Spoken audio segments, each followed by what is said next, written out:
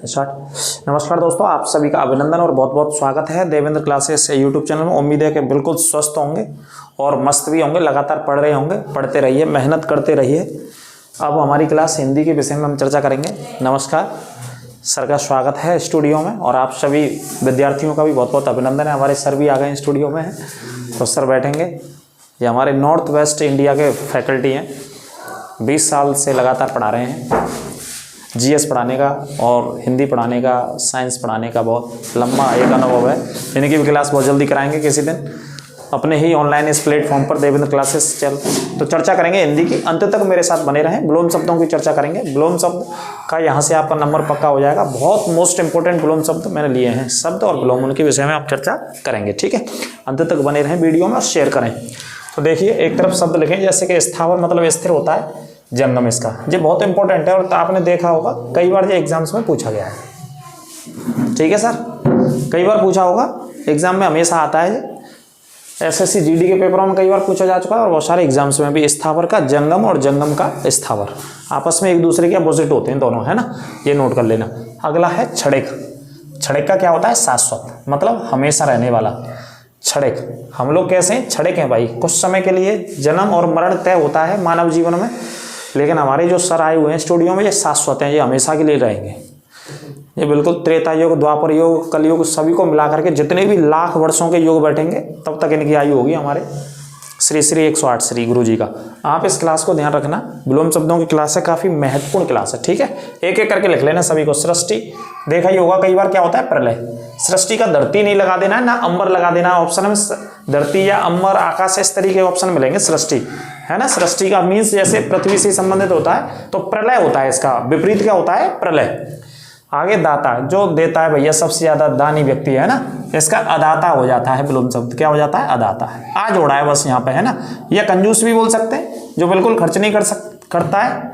और कंजूस का वैसे विलोम शब्द क्या होता है? मुक्त हस्त भी होता है। मुक्त हस्त, खर्च करने के लिए जिसके हाथ कैसे खुले हुए हैं, मुक्त हस्त भी बोलते हैं। और दाता भी बोलते हैं, अदाता भी बोलते हैं। बहुत सारे ऑप्शन हैं इसके। ठीक है, गुरु जी आए हैं। गुरु जी को कंप्यूटर जी नाश्ता कराओ, गुरु जी को 2 सामान दो खाने के लिए। इप्सित मतलब जो इच्छा है आपकी, और अनिप्सित मतलब कोई इच्छा नहीं रखते हैं आप। ये दोनों विलोम शब्द आप याद रख लेना। इसके अलावा गौरव और लाघव का देखा ही होगा आपने, ये दोनों सबसे ज्यादा आते पूछे जाते हैं। गौरव का लाघव और गुरु का लघु, ये दोनों विलोम शब्द कई बार रिपीट होते हैं अलग अलग एग्जाम्स में, है ना। गुरु का शिष्य भी होता है, गुरु का लघु भी होता है, और गौरव का, गौरव यानी कि बड़ा और विशाल, लाघव यानी कि छोटा, है ना। तो ये बोल सकते हैं सेंस में आप। आगे बात करते हैं सहाचार। सहाचार मतलब जोड़ना, और अलगाव आप जानते हैं अलग करना होता है ना। साचार मतलब संबंध या जोड़ना से संबंध, ये शब्द है हिंदी में, और अलगाव मतलब अलग करना, ये इसका विलोम शब्द है। ठीक है, मूक, और मूक का क्या होता है? वाचाल। बहुत सारे विलोम शब्द आपको ऐसे मिलेंगे जो अनेकार्थी शब्दों में भी आपको मिल जाएंगे। कैसे मिल जाएंगे? अनेकार्थी शब्दों में कई बार आपको देखने को मिल जाएंगे। ठीक है सर, तो मूक जो कम बोलता है, वाचाल जो अधिक बोलता है, ज्यादा बोलने वाला व्यक्ति, लगातार बोलने वाला व्यक्ति वाचाल। मूक मतलब कम बोलने वाले व्यक्ति को बोलेंगे।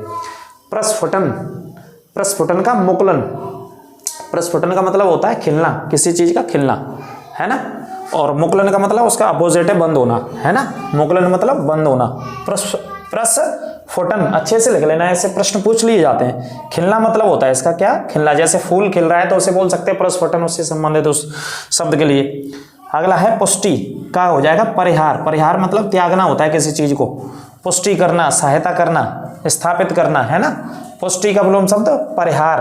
परिहार मीन्स त्यागना, छोड़ना किसी चीज को। आविर्भूत, आविर्भूत का मतलब स्थापित करना। त्रोभूत का मतलब अदृश्य। आविर्भूत मतलब उत्पन्न होना, और त्रिभूत का मतलब अदृश्य होना या अल्पकालिक होना। ये बहुत सारे शब्द आपको विलोम शब्दों में मिल जाएंगे। आविर्भूत का त्रिभूत, इतना याद रखना। और त्रिभूत का मतलब होता है अदृश्य किसी चीज का, और आविर्भूत का मतलब होता है उत्पन्न होना। उत्पन्न होना ये लिख लेना, थोड़ा सा सेंस। विपद, विपत्ति आना। सपद मतलब विपत्ति नहीं आना, उसका जस्ट उल्टा हो जाएगा। चरण युक्त रखना, ईश्वर के चरणों में रहना, है ना। इस तरीके से आपका विपद का सपद, अंकी बिंदी ऊपर लगानी है, साप है। उपमा, उपमा अलंकार भी होता है, आप अलंकार पढ़ते हैं। उपमा मतलब तुलना कर रहे हैं किसी चीज के बीच में, अलंकारों में तुलना करना ही पड़ते हैं बहुत सारे अलंकारों में, है ना। तो उपमा का अर्थ तुलना होता है, और व्यतिरेक का मतलब अभाव होता है, तुलना नहीं करना मतलब।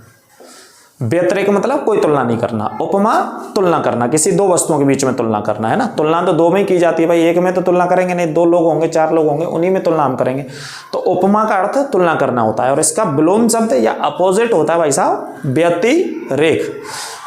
तेज पढ़ा रहा हूँ, फास्ट पढ़ा रहा हूँ, याद कर लेना, 2 बार 3 बार देख लेना। इसकी और मैं क्लास डालूंगा, बहुत जल्दी से मिलेंगे आपको, लगातार क्लास मिलेंगी विलोम शब्दों की, ठीक है। गुरु जैसा मैंने बताया, गुरु का क्या है, लघु भी लिखते हैं और शिष्य भी लिखते हैं, ये दोनों विलोम शब्द लिख लेते हैं। गुरु का शिष्य और लघु लिखते हैं। राम साहब बैठो, सर को बैठो, पानी दीजिए और वो नाश्ता दे दीजिए सर को। प्रायोगिक नहीं कोई दिक्कत नहीं। प्रायोगिक मतलब प्रयोग के आधार पर बहुत चीजों को सिद्ध करना होता है, और सिद्धांतिक आधार पर प्रयोग चीजों को कहना होता है, रखना होता है ना। तो प्रायोगिक मतलब प्रयोग से बना हुआ है, सैद्धांतिक इसका विलोम शब्द हो जाएगा। क्या हो जाएगा, सैद्धांतिक हो जाएगा। निंदा करना, निंदा करते हैं लोग, है ना। निंदा सार्वजनिक जीवन में होती है, जैसे हम लोग सार्वजनिक जीवन में इधर पढ़ा रहे हैं या अपने सेंटर्स पे पढ़ा रहे हैं, तो पब्लिक जीवन में रहते तो निंदा होती है, ठीक है। हाँ, कोई करंट अफेयर्स की पुस्तक नहीं है, उत्तर प्रदेश की पुस्तक को रख जाना यहाँ पे ईमानदारी से, ठीक है। हाँ, निंदा करना, और निंदा का अपोजिट क्या हो जाएगा, श्लाघा। श्लाघा, श्लाघा मतलब प्रशंसा, प्रशंसा ब्रैकेट में लिख लेना।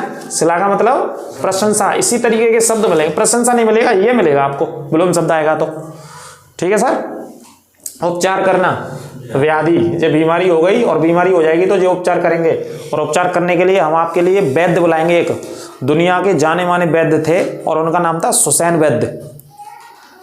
सुसैन वैद्य थे ना रामायण में, लक्ष्मण शक्ति के लिए श्री हनुमान जी सुसैन वैद्य को घर सहित लंका से उठा करके लाते हैं, तो उन्होंने उपचार किया था। किनका उपचार किया था, श्री लक्ष्मण जी का। और भी जाने माने वैद्य रहे हमारे भारत में, जैसे भारत के एंशियंट हिस्ट्री में हम एक वैद्य का नाम पढ़ते हैं, चरक, बहुत बढ़िया चरक, है ना। और इसके अलावा एक और डॉक्टर थे, वैद्य थे, धन्वंतरी, जाने माने वैद्य थे, जो कि गुप्त काल में उनका उल्लेख आता है, गुप्त डायनेस्टी में उनका उल्लेख आता है। चरक, धन्वंतरी जो जाने माने वैद्य रहे। और हमारे रामायण काल के वैद्य सुसैन वैद्य, ठीक है। तो उनका काम होता है बीमारी को सही करना, कुसुम वज्र हो जाए, जैसे सरलता हो जाती है, जो कठिन हो जाता है, ठीक है। उत्तम अधम हो जाएगा। जे तो कई बार पढ़ा चुके, क्षैतिज, ऊर्ध्वाधर, मैथ पढ़ते ही आप लगातार।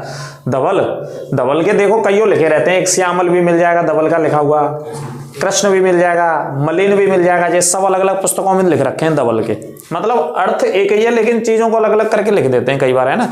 जैसे कि आयोग अलग अलग एग्जाम्स में पूछ लेते हैं, तो उसी आधार पर लिख देता है एग्जामिनर। धवल, यहाँ पे सफेद भी मिल जाएगा, धवल का मतलब सफेद, है ना। अघ, अघ का मतलब होता है पाप, और अनग मतलब पुण्य।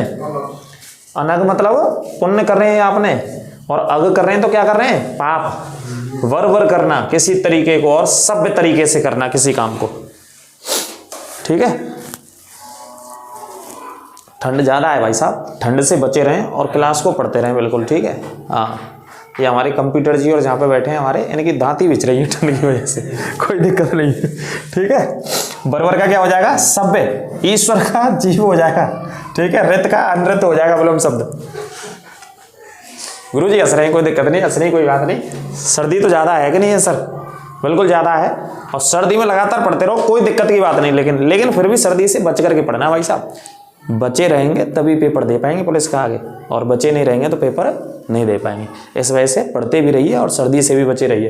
तो इस क्लास को कम से कम 5-7 बार देख लेना। तन्वी का क्या होता है, स्थूल। तन्वी मतलब कोमल, स्थूल मतलब मोटा होता है। संकल्प, विकल्प, संकल्प ले रखा है साहब हमारे यहाँ भारत सरकार ने। भारत सरकार कह लीजिए या भारतीय जनता पार्टी ने संकल्प लिया था कि राम मंदिर का निर्माण कराएंगे, और वहीं कराएंगे। कहां पर कराएंगे सर, अयोध्या जी में, श्री अयोध्या जी में। तो ये संकल्प का क्या हो जाएगा, विकल्प विलोम शब्द। शुष्क, विश्व का सबसे शुष्क मरुस्थल बताइए कमेंट बॉक्स में। शुष्क से हमको मरुस्थल याद आ गया।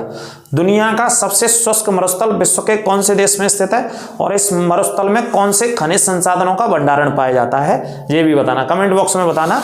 शुष्क का मतलब सूखा हुआ, ऐसे इलाके जो शुष्क रहते हैं, जैसे खासतौर पर रेगिस्तान है, जितने भी विश्व के अलग अलग हिस्सों में है, और उसका जस्ट उल्टा क्या हो जाएगा, अपोजिट क्या हो जाएगा, आर्द्र।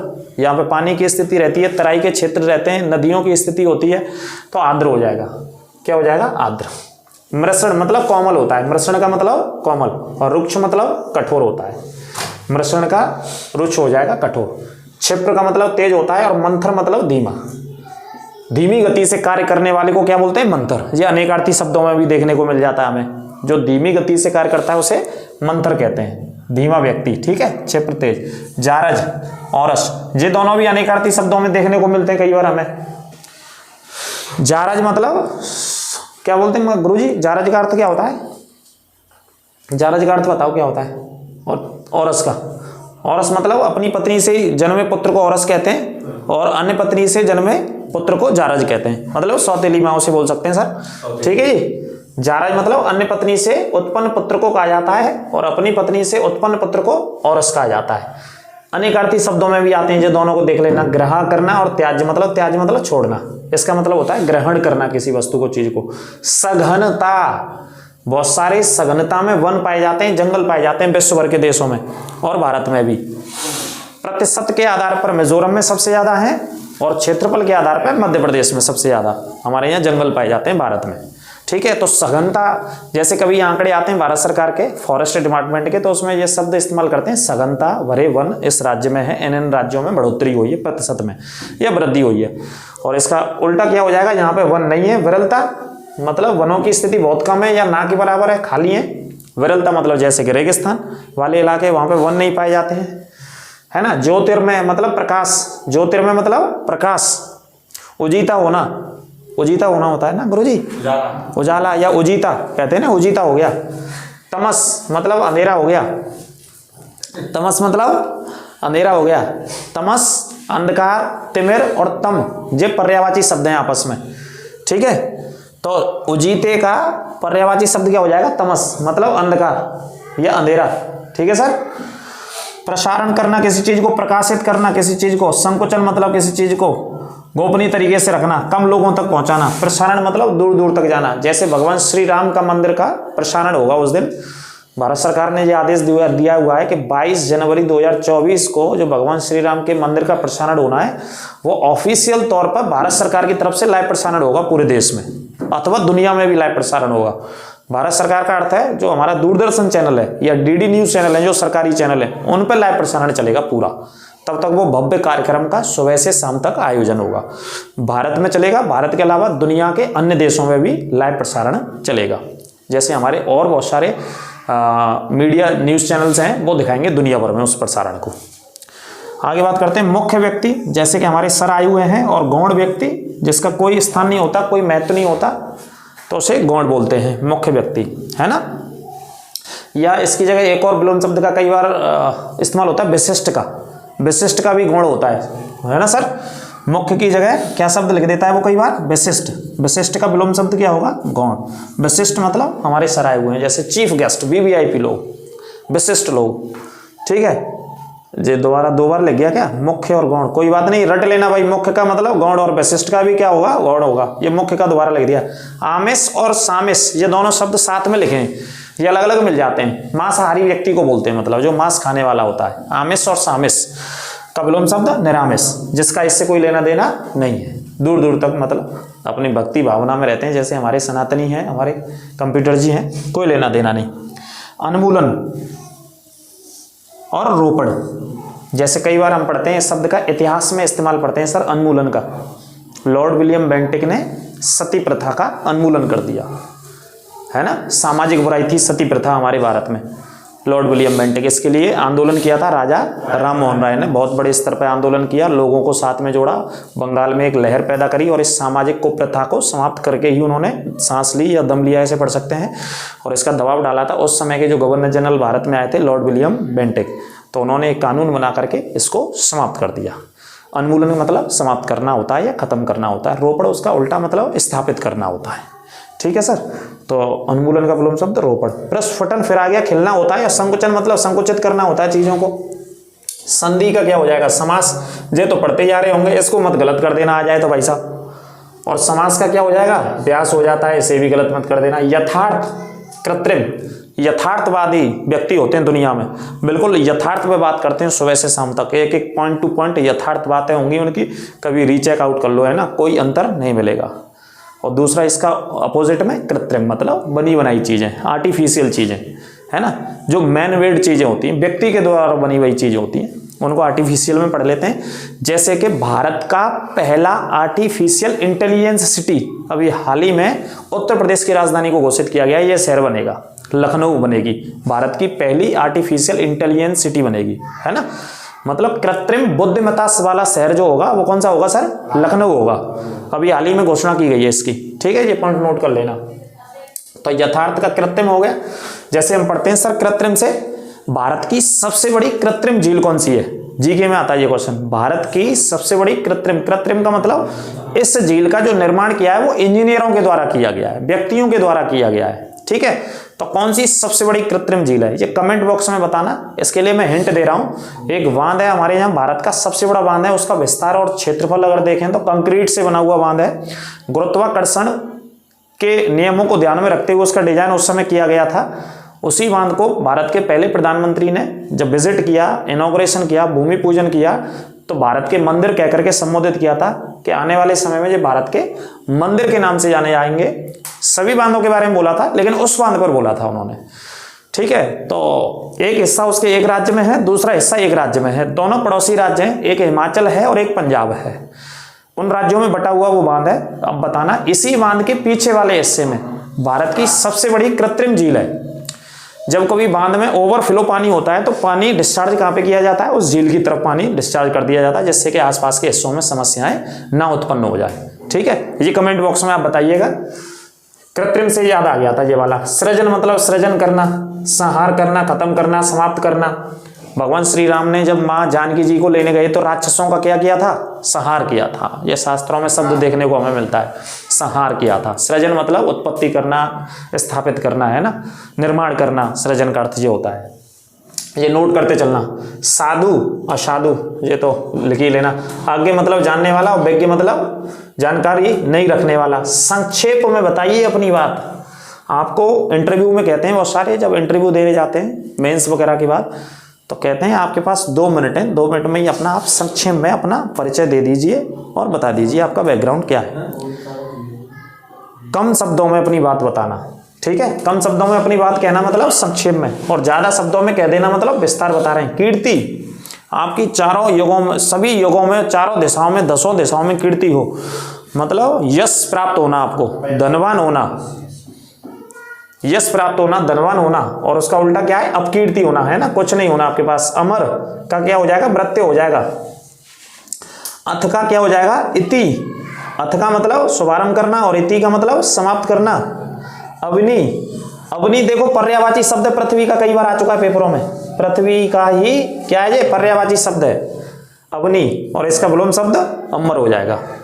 अतरंग महल के भीतरी हिस्से को अतरंग कहा जाता है, ठीक है सर। महल के भीतरी हिस्से को, अंदर के हिस्से को अतरंग कहते हैं, और उसके बाहरी हिस्से को बहिरंग कहते हैं। कई अर्थों में पढ़ लेते हैं इसे, अंदर की चीजों के बारे में भी अतरंग पढ़ लेते हैं और बाहरी चीजों को बहिरंग से जोड़ देते हैं। या कोई एक शब्द जैसे महल पढ़ा दिया हिंदी की किताबों के, भाई महल का जो अंदर का हिस्सा है उसे अतरंग कहेंगे हम, और बाहरी हिस्से को बहिरंग कहेंगे। तो अतरंग का विलोम शब्द क्या हो जाएगा, बहिरंग हो जाएगा।